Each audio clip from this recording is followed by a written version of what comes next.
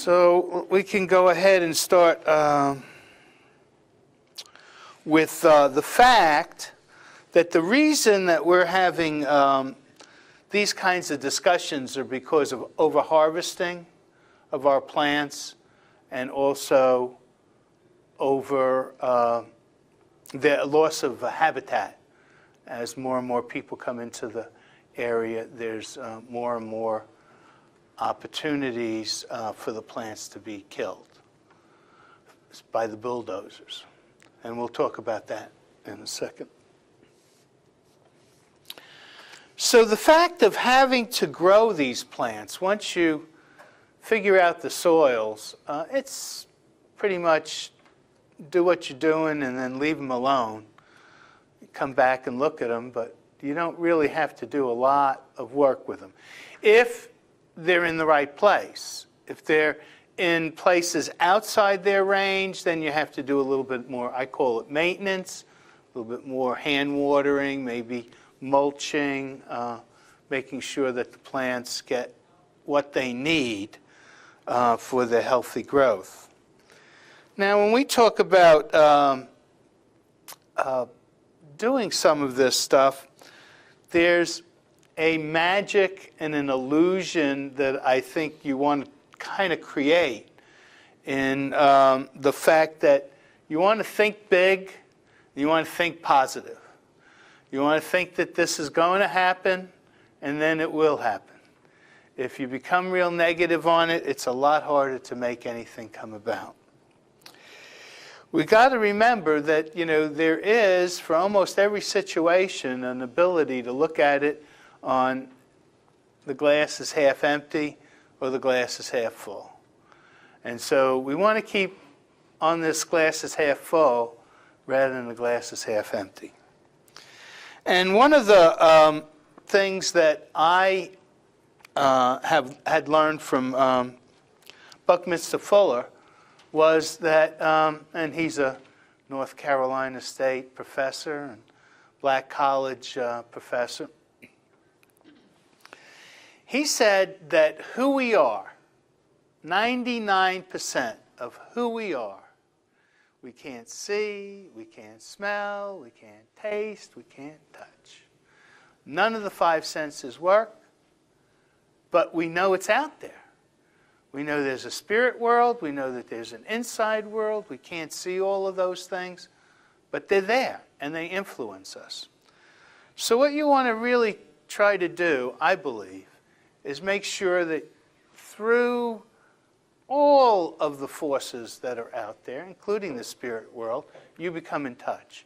And try and bring that into them. I mean, I've said numerous times to numerous groups, at night, I do some meditation and I really try to communicate with the plants and say, okay, I'm going to sleep. Now you've got to go to work and start to make sure that these other things are going right. If you don't talk to your plants, then you're going to have a much harder time of trying to communicate with them.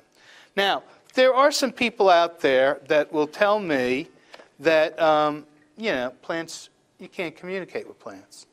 And I'm going to pull out something, I had it here and I just found it, is my, you might want to zoom in on this one, Jen, Secret Life of Plants.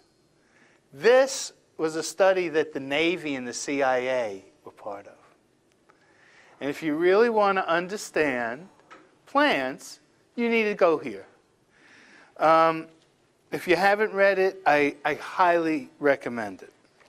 The other one is Finhorn. And Finhorn, of course, they had bigger plants because they had music and they talked to them a little bit more. And they were in crummy soils and they make sure that they understood what the plant needed as far as nutrients go. This is also a little woo-woo out there, but I believe you have to believe in this to really get the highest quality crops that we can get out of the medicinal plants.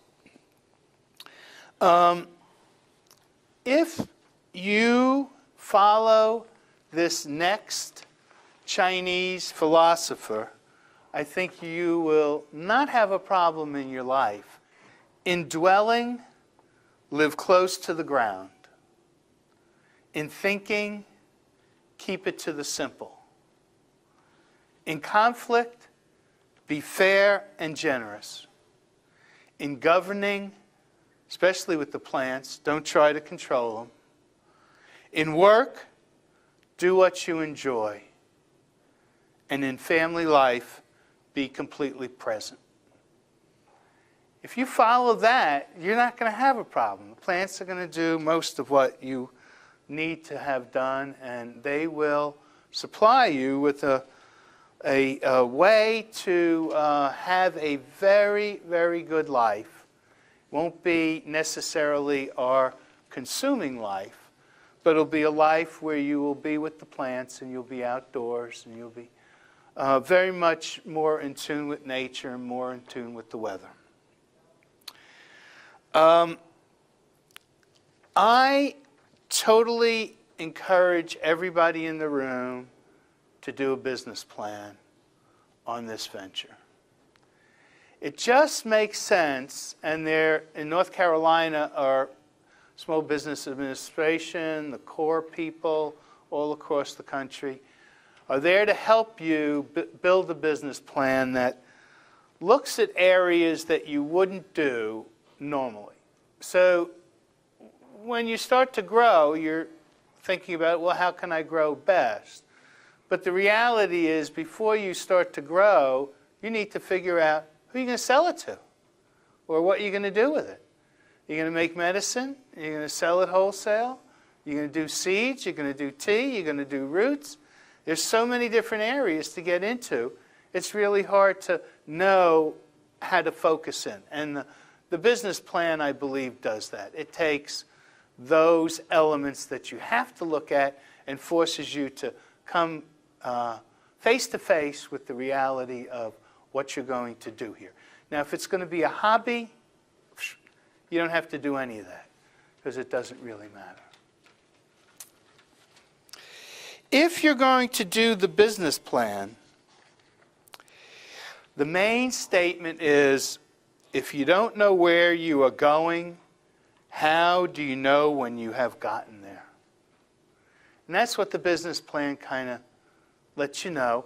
It's something that you're going to revise and you're going to keep doing it. But the most important thing is, who's your market and what's your niche? And also, how many niches do you want to start to take on? The kinds of places that you can go to are festivals and conferences to sell your wares. But the biggest thing in the Asheville area is your tailgates. I mean, you can just go to, I think there's 40 or 50